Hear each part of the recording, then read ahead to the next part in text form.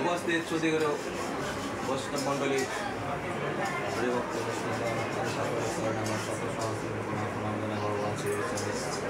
আজকের এই হরিসভায় আমরা আসতে পেরেছি, এই জন্য আমরা ভগবানের কাছে কৃতজ্ঞতা জানাই। কারণ এই মানব জন্মে মানব জন্ম দুর্লভজনক, তারপর আরও দুর্লভ সাধুসঙ্গ পাওয়া। এই দুর্লভ মানব জন্মে যদি সাধুসঙ্গ না মিলল, মানব জন্ম দুর্লভ হলো, দুর্লভ জন্ম মিঠাই গেল, তাই না? বহু জন্মের স্বীকৃতির ফলে সাধুসঙ্গ মিলে, তাই আমরা আজকে এসেছি সত্যসঙ্গ সাধুসঙ্গের জন্য। হ্যাঁ, সাধুসঙ্গ সর্বশাস্ত্রে হয়, লক্ষ্য সাধুসঙ্গে সর্বসিদ্ধি হয়। আমরা সাধুসঙ্গের অনেক ভেবে জানি। আজকের এই অনুষ্ঠানের একটি বিশেষ অনুষ্ঠান, আমি যতদূর জেনেছি, দাদা কিছুদিন পূর্বে একটু অসুস্থ হয়েছিলেন শারীরিকভাবে, মনে হয় এটাই সঠিক, আমি যেটুকু শুনেছি। তো সে ডাক্তারি চিকিৎসায় ভালো হয়েছে। আমরা মনে করি যে ডাক্তারি চিকিৎসা ভালো হয়, কিন্তু ভগবান কৃপা হলো সবার দয়া লাগে। তার যদি কৃপা না থাকে, ডাক্তারও আমাদেরকে বাঁচাতে পারে। তাহলে সব ডাক্তাররা বেঁচে থাকতো, তারাও কিন্তু চলে যায়। অতএব ভগবানের কৃপা হলে কি না হয়, মৃতদেহেও প্রাণ ফিরে আসতে পারে। তাই সে এই কম বয়সে একটি বিশাল একটি মানে বিপদ থেকে মুক্তি পেয়েছে। জোরে একটু জোরে না? আচ্ছা, যাই হোক, আমরা ভগবানের মহিমা সম্পর্কে আমরা তো জানি না। ভগবান তো আমাদেরকে সবসময় পরীক্ষা করে। তো সে যে অসুস্থ হয়েছিলেন, হ্যাঁ, এবং সে ঠাকুরেরই কৃপায়, আপনার তো সাধুগুরু বৈষ্ণবের কৃপা আশীর্বাদ ছিল বলেই তিনি আবার অক্ষত অবস্থায় সুস্থভাবে একদম স্বাভাবিক জীবনে ফিরে আসতে পেরেছেন। কারণ এরকমের কোনো ব্যাধি হলে কিছু না কিছু আমাদের একটু এফেক্ট হয় অনেক সময়, সে সুস্থ স্বাভাবিক আছে। এটা সম্পূর্ণ ভগবানের কৃপা আমরা মনে করি, আমরা বিশ্বাস করি। তো আমাদের সেই ভগবানের প্রতি আমাদের যাতে সকলের শ্রদ্ধা ভক্তি রতিমতি থাকে, সেটা যেন থাকে সকলের। আর ভগবানের কথা বলার এখানে আমার দুঃসাহস নেই, দাদা যেটাই অনেক বলেছেন। আমরা মূলত আমাদের জীবনের প্রধান শত্রুগুলি হলো কি জানেন? মানুষের জীবনে সবচেয়ে বড় শত্রু হলো তার অহংকার। হ্যাঁ, ভগবান বলছে, আমি ভক্তের জগতে সব কিছু সহ্য করতে পারি, আমি দুইটা জিনিস সহ্য করতে পারি না। একটা হলো ভক্তের অহংকার, আর একটা হলো ভক্তের চোখের জল। কোনো ভক্ত যদি সে ভগবানকে অনেক কিছু দিয়ে তার সেবা দিল, অনেক কিছু করলো, কিন্তু চোখে জল নেই, ভগবান চায় ভক্তের চোখের জল। আরে ভগবান যখন ভক্তের চোখের জল দেখতে পায়, তখনই যেন ভগবানের হৃদয়টা গলে যায়। তাই আমি অনেক সময় বলি যে ভগবানের হৃদয়টা বড় কঠিন পাষাণ, কারণ ওই পাষাণ হৃদয় গলাতে পারে একমাত্র ভক্তের চোখের জল। আর কিছুতে ভগবানের হৃদয় গলে না। আপনি যতই শাস্ত্র বিধি বেদ বেদান্ত তন্ত্র মন্ত্র দিয়ে ভগবানের সেবা আদি পূজা করেন, ভগবানের হৃদয় তখনই গলবে যখন ভক্তের হৃদয় গলবে, ভক্তের চোখে যখন জল আসবে, তখন ভগবান কৃপা পাওয়া যেতে পারে, তার আগে নয়। অতএব আমরা তাই ভগবান বলছে যে শুদ্ধ ভক্তি সরল প্রাণে আমি বাধা থাকি সবখানে, আমার কেউ কোথায় পাই না খুঁজে বিদ্যা বুদ্ধি আর কৌশলে। হ্যাঁ, ভগবান বলছে শাস্ত্রবিধি দিয়ে আমাকে পাওয়া যায় না। ভগবান গীতা স্পষ্ট বলেছে যে যজ্ঞ তপস্যা উগ্র তপস্যা ধ্যান কোনো কিছু দিয়ে আমাকে জানা আমাকে পাওয়া যায় না, আমাকে প্রবেশ করা যায় না। একমাত্র অনন্য ভক্তি দিয়ে আমাকে জানা যায়, পাওয়া যায়, আমাকে প্রবেশ করা যায়। অনেক প্রমাণ আছে সে ভক্তির। আপনারা জানেন, এক ভক্ত ভগবানকে ডাকছে, গাছের তলায় বসে ভগবানকে ডাকছে, ভগবানকে হা কৃষ্ণ বলে বলে তার দু নয়ন জলে মুক্ত ভেসে যাচ্ছে। ওই পথ দিয়ে একদিন আমাদের নারদ মুনি, আপনার নারদ মুনির নাম শুনেছেন না?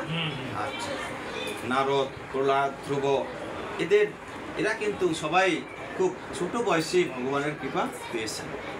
তো নারদ মুনি ভগবানের একান্ত পার্শ্বদ।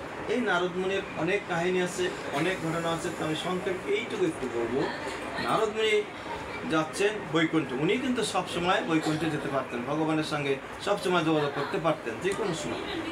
তো বৈকুণ্ঠে যাচ্ছেন, এমন সময় ওই রাস্তা দিয়ে যাচ্ছেন, পথে হঠাৎ দেখতে পেলেন যে এক ভক্ত একেবারে অস্থিচর্মসার হা কৃষ্ণ বলে নয়ন জলে ভক্ত ভাসিয়ে দিয়ে ভগবানকে ডাকছে, প্রভু কবে তুমি দেখা দেবে, কবে কৃপা করবে।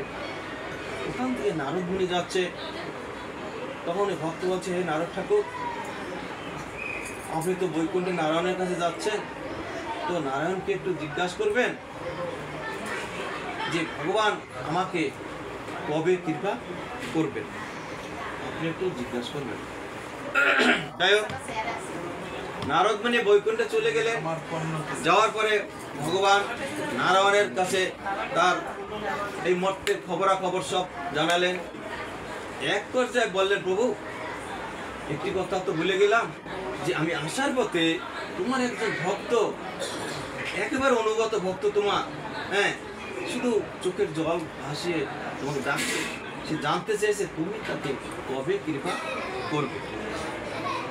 আপনারা জানেন, ভগবানের যারা পার্শ্বদ থাকে, ভগবানের যারা একান্ত ভক্ত থাকে, ভগবান কিন্তু তাদেরকে বার পরীক্ষা করে।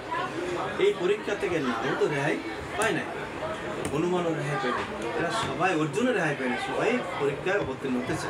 হরে কৃষ্ণ। তখন ভগবান একটু ঝিম দিয়ে বলে, নারদ শোনো, এটা হলো নারদের পরীক্ষা। ভগবান কি বলে? হরে কৃষ্ণ। বলছে, নারদ শোনো, তোমার ওই ভক্তটি একটি ভুল করেছে। কি ভুল করেছে? যে সে আমাকে পাবে, তবে ভুল করেছে সে যে গাছের নিচে বসে সাধনা করছে, আমাকে ডাকতেছে, ওই গাছটায় যত পাতা আছে তত বছর ধরে আমি তাকে কৃপা করব। তো নারদ মুনি দেখে গেছে যে ওই ভক্তটি একটি তেঁতুল বৃক্ষের নিচে বসে ভগবানকে ডাকছে। এখন বিশাল এক তেঁতুল বৃক্ষে কত কোটি লক্ষ পাতা আছে আপনারা অনুমান করতে পারেন।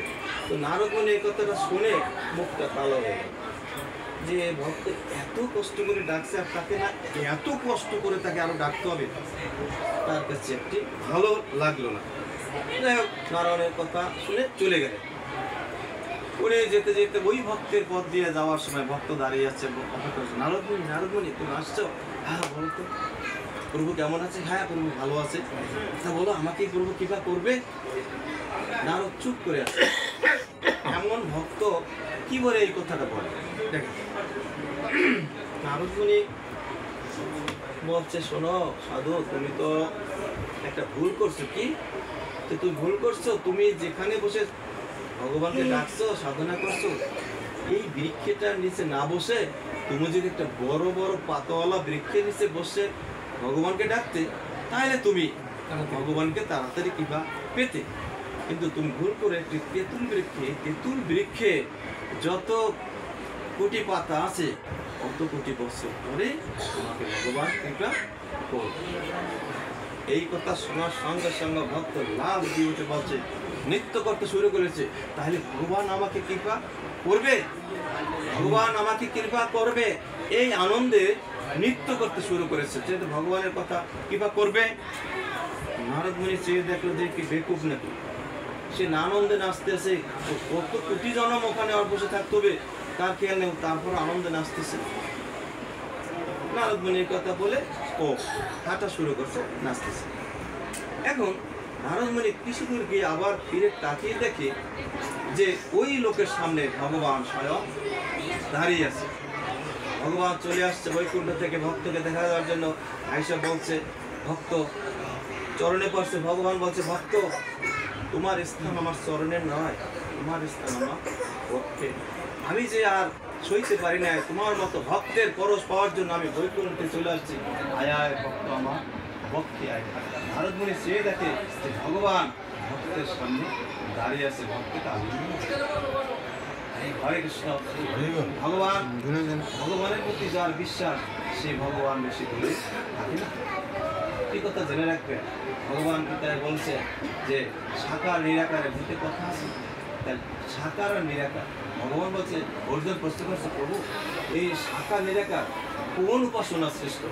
ভগবান বলছে নিরাকার এসে সাকার উপাসনাই শ্রেষ্ঠ আমার মত।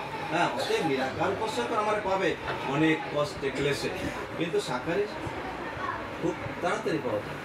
তখন এই ভগবান সাকার, জ্ঞানীর ভগবান নিরাকার। একটি তো মনে রাখবেন, জ্ঞানীর ভগবান নিরাকার। জ্ঞান দিয়া কোনদিন ভগবানকে দেখা যাবে না, পাওয়া যাবে, তো বলছে আগে। আর ভক্তের ভগবান সাকার।